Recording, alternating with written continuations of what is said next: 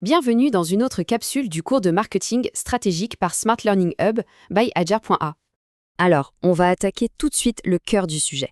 La question peut sembler toute simple, mais la réponse, elle, est absolument fondamentale.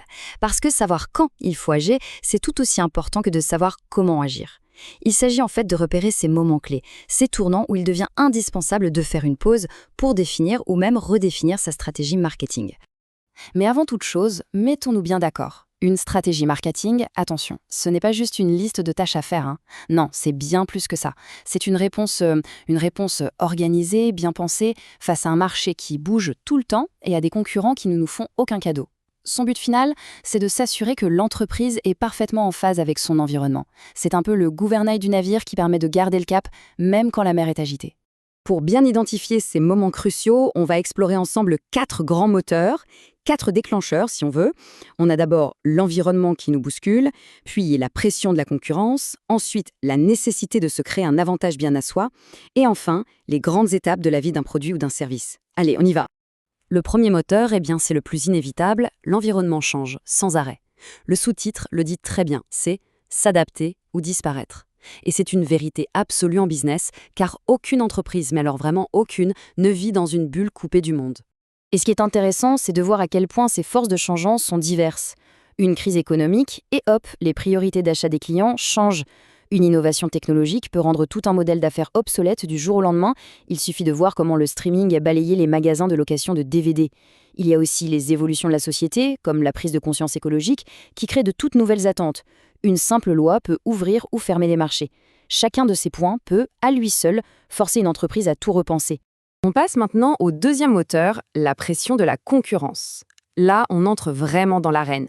Et dans une arène où il y a de plus en plus de monde, il n'y a qu'un seul mot d'ordre, se démarquer. Aujourd'hui, être simplement bon, ça ne suffit plus. Il faut être perçu comme différent. La concurrence, elle peut frapper de plusieurs manières. Un nouvel acteur peut débarquer avec une offre qui casse les codes. Les concurrents déjà en place peuvent améliorer leurs produits, ce qui nous oblige à réagir pour ne pas se faire distancer. Et puis, il y a ce fameux phénomène de saturation. Quand un marché est plein à craquer, comme celui des smartphones par exemple, la bataille pour chaque client devient féroce et se différencier est une question de survie. Dans tous les cas, rester immobile, c'est le pari perdant. Voilà notre troisième moteur, et celui-ci, il est bien plus proactif.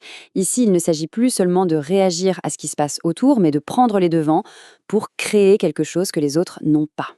L'objectif, construire une proposition de valeur qui soit vraiment, vraiment unique.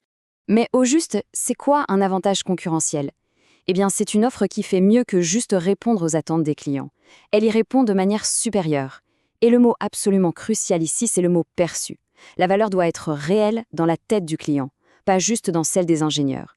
Si une entreprise passe des années à développer une fonction géniale que personne ne demande, ce n'est pas un avantage, c'est juste une perte de temps. Et ça, c'est un point clé. Le plus important, ce n'est pas tant d'avoir un avantage à un instant T, mais c'est plutôt la quête permanente de cet avantage.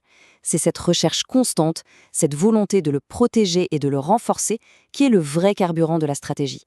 Un avantage concurrentiel, c'est un peu comme un jardin. Il ne suffit pas de le planter une fois, il faut l'entretenir tous les jours, sinon les mauvaises herbes de la concurrence finissent par tout envahir. Et nous voilà au quatrième et dernier moteur. Celui-ci est un peu différent, il est plus interne à l'entreprise. C'est le cycle de vie de l'offre elle-même. Car oui, un produit ou un service a une vie, avec des moments charnières, des tournants qui exigent une stratégie claire et dédiée.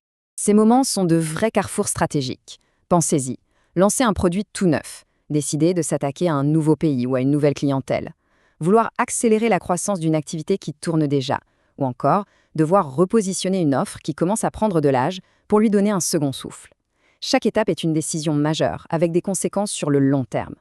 Et ce qui est vital à comprendre, c'est qu'avant même de penser aux actions concrètes, la pub, les promos, la vente, il faut le plan de l'architecte. Cette réflexion sur les objectifs, la cible et le positionnement, c'est ça, le plan. Sans lui, on risque de construire une maison sans fondation. Et toutes les actions, même les plus coûteuses, risquent de ne servir à rien et de s'effondrer. Pour résumer, on a donc identifié 4 grands signaux qui nous alertent qu'il est temps de faire une pause stratégique. 1. L'environnement qui évolue. 2. La concurrence qui s'intensifie. 3. La nécessité de créer et défendre un avantage unique. Et 4. Les étapes clés de la vie de nos propres offres. Et bien sûr, tout ça est souvent lié. Une nouvelle technologie peut attirer de nouveaux concurrents, ce qui nous force à chercher un nouvel avantage pour repositionner notre offre. Pour conclure, la question se pose tout naturellement. En observant sa propre entreprise ou son propre projet, lequel de ces 4 moteurs crie le plus fort en ce moment? Car le fait d'identifier le bon moteur, c'est vraiment la toute première étape pour construire la bonne réponse stratégique. À bientôt avec une autre capsule du cours stratégique par Smart Learning Hub by Ajar Yaila.